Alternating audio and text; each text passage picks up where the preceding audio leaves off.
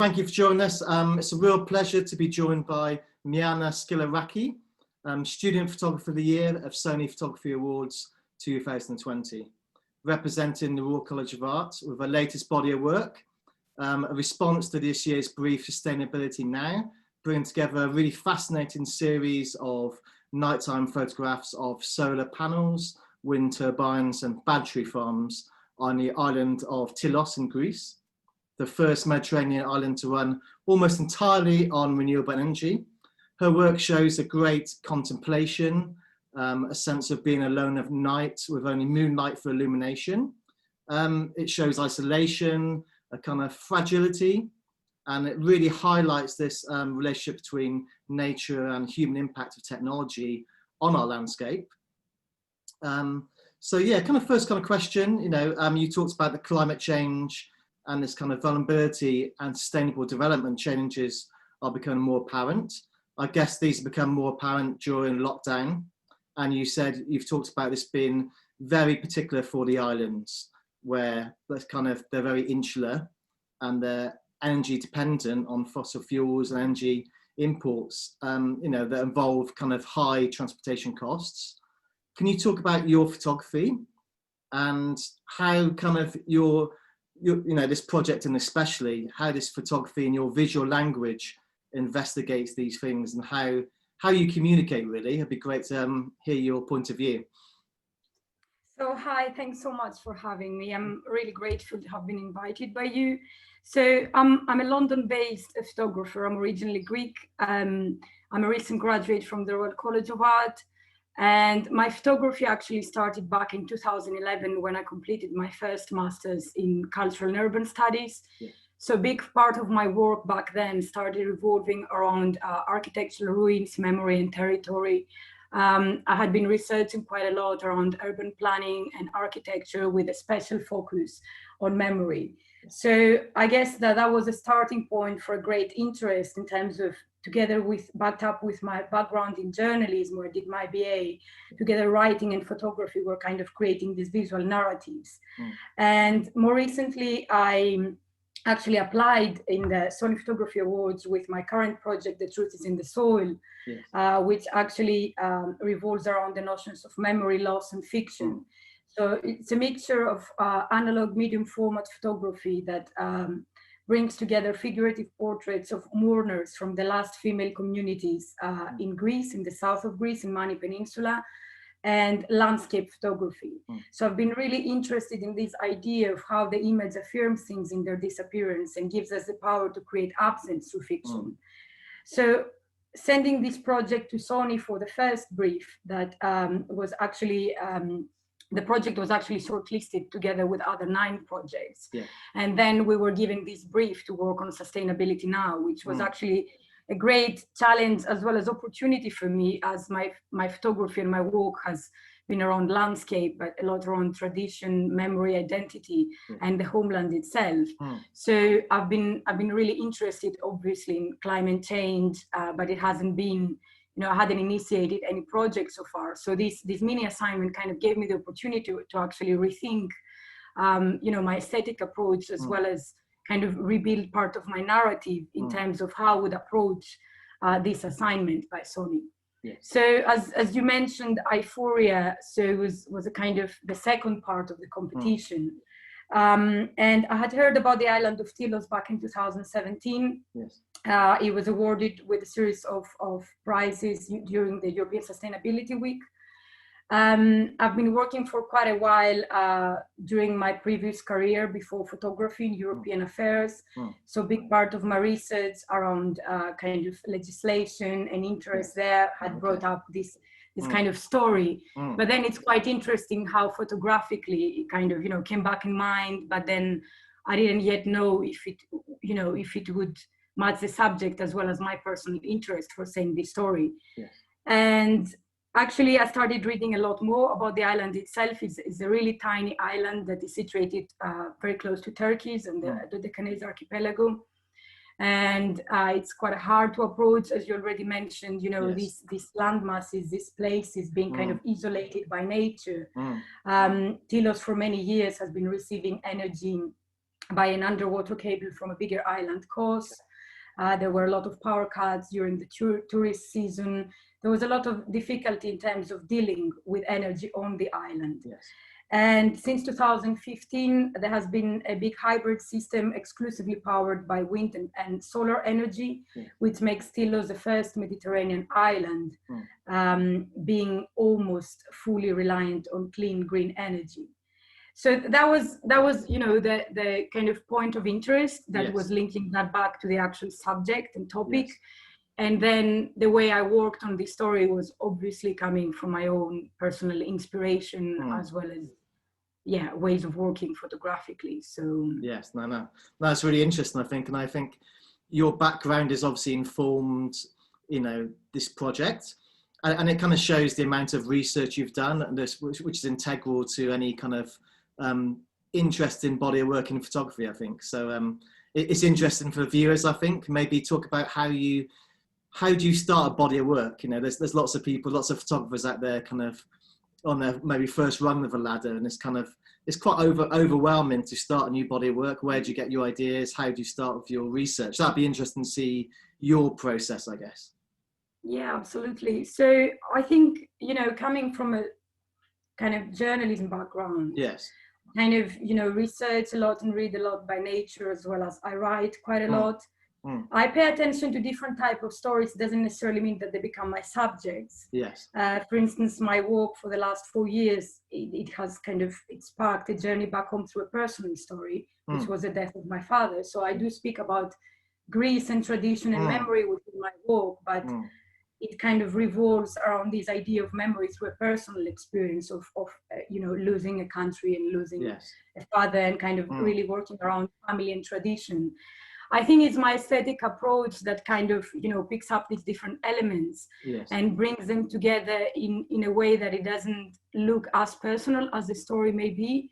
For example, in The Truth is in the Soil, is a documentary body of work in terms of how it started, because these communities of mourners exist and they're actually disappearing in the south of Greece. So it's this idea of actually, researching, going within the community.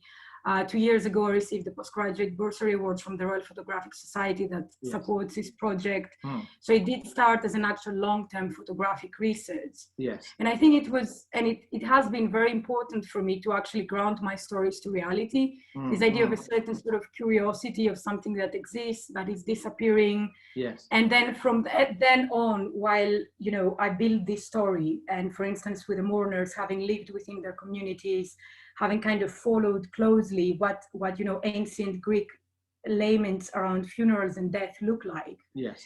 Then when I speak about death in my work, which is kind of open-ended cultural enigma, I employ my own, understanding, as well as my own personal experience of grieving. Yes. So I think this idea of loss and memory and fiction is a big part of how my photography works. It's like, if we think of the image itself, in a way, it is grounded to reality, but is an affirmation of an ambivalence at the same time. Yes. Photography, shows us what the world is, but it's also a contemplation of how we, while we look at an image, kind of understand the world. So I would say that, a big part of my work revolves around this idea of kind of documenting a process, but then I sit for quite a while with my images, and I kind of rework my narrative, revisit my narrative. And for instance, with Tilos and Aeiforia, the story was there, but the story wasn't necessarily about, going to the main points of the island, finding where the wind turbines are, or where. So there's this part of the work that it was part of the work. I saw that landscape. I did visit it. Yes. But then what I wanted to construct was a certain sort of reality of this really contained space during the night, an island with no human beings,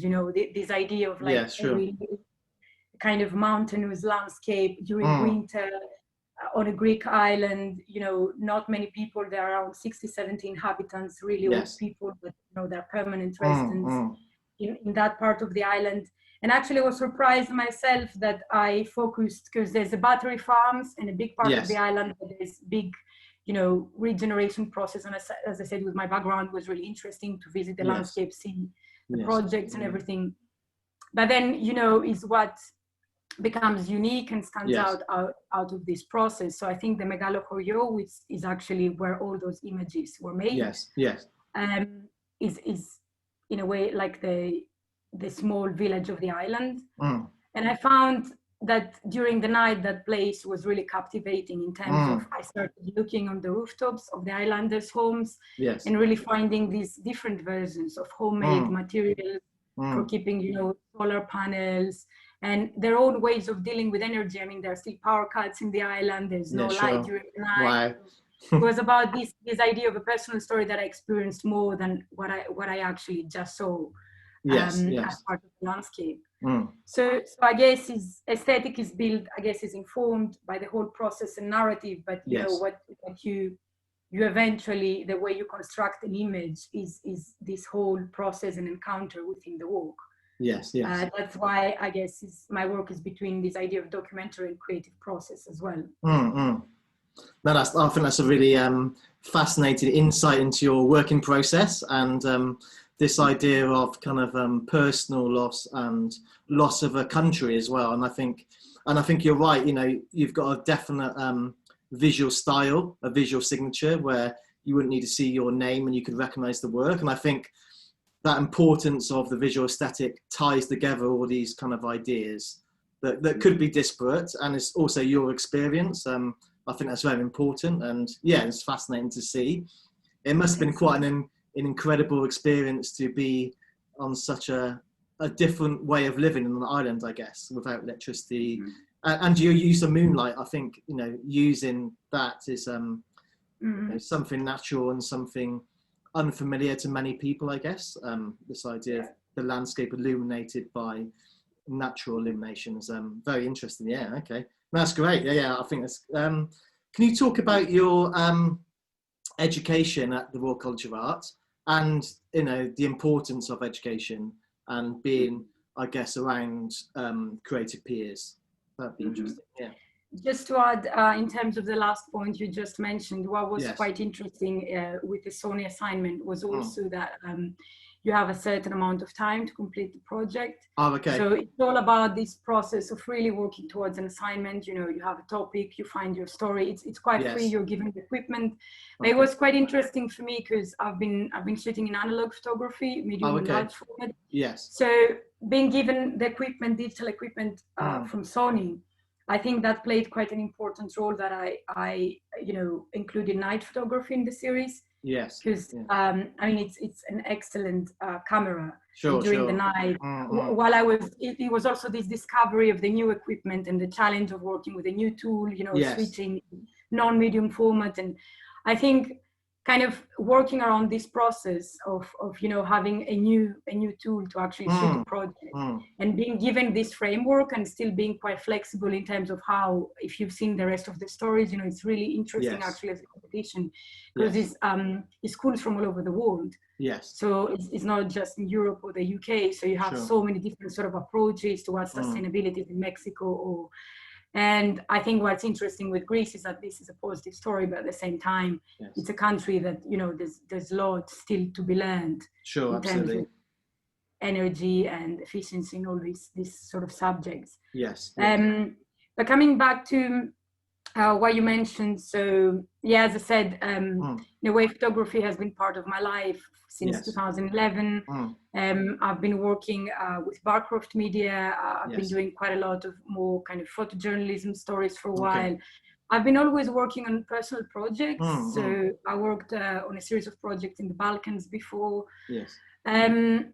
I think having this background with my BA in journalism and doing a master's in cultural studies has opened up, you know, a conversation also around the image as a kind of cultural production and understanding of the image as an entity in that sense.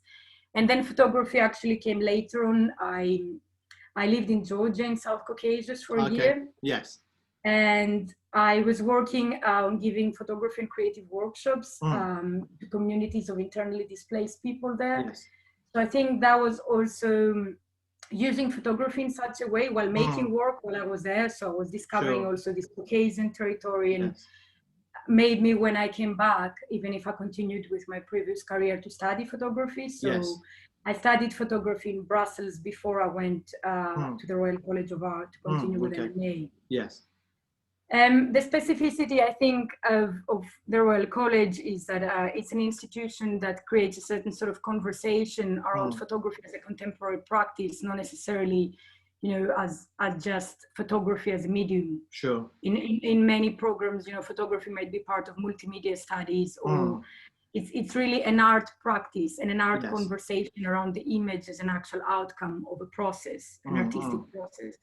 So it's very open also in terms of the environment and the people you're exposed to, in terms of conversation around your work, around printmaking processes, contemporary art practice. So you kind of start thinking of your making process, even if they would remain, you know, just using a camera, doesn't necessarily have, I'm in that process as well. Even if a big part of my images is, you know, working with layering my negatives or post-editing my work and doing certain things. But I think it's more about what you want to pursue with your actual artistic practice. Yes. And that's where, for me, there has been a big kind of like starting point of rethinking my narratives and visually kind of working differently. Yes. I think, I mean, for me, I'm continuing with my PhD this autumn. So education is fantastic.